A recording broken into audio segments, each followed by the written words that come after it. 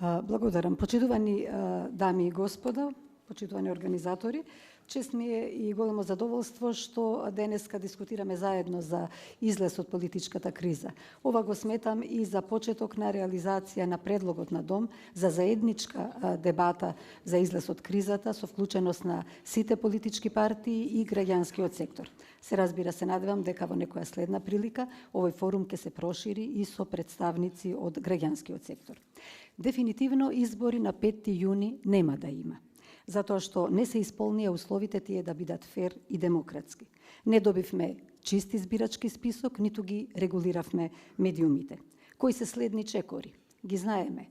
Мора да има поништување на аболицијата на Иванов, мора да се состане повторно собранието, мора да се формира одредено владино мнозинство кое што сериозно ќе го менаџира процесот и на вистина ќе ги исполни условите за фери демократски избори. Но како да се почне оваа разврска?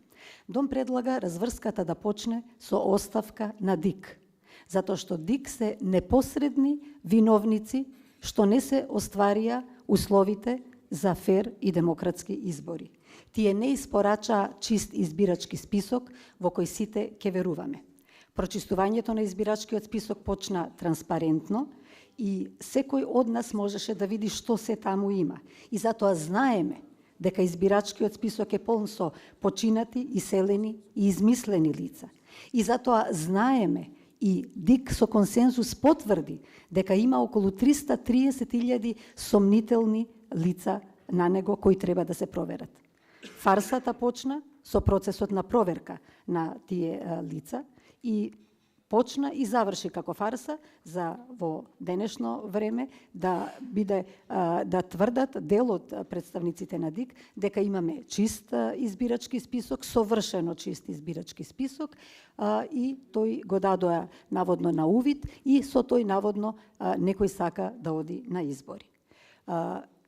Од каде можеме ние да веруваме дека тој список е чист кога сами со своји очи видовме што се таму има? Самото тврдење дека е чист во сегашно време е контрадикторно со првичното тврдење на истите членови од ДИК дека има околу 330.000 сомнителни. Околу доказите оставам секој граѓанин кој што го имаше увидот да си прави своји заклучоци. Меѓутоа, како представници на Дом, можеме само да покажеме неколку примери.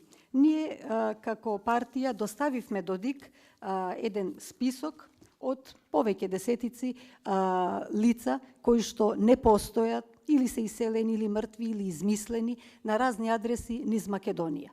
Во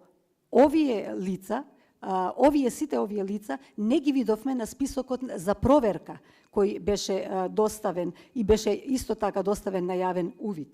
Она што е најинтересно, во тој список се наоѓа и името на моменталниот премиер на Република Македонија Емил Димитриев со неговата сопруга Сашка и братот Гоце, кои живеат на адреса која е различна од онаа на која што тие навистина живеат. Уште поинтересно станува кога ќе се провери адресата во анкетниот лист на истиот тој наш премиер, каде што е дадена трета адреса, сосем различна од овие две, од онаа на која што живее и од онаа на која што е напишана на избирачкиот список.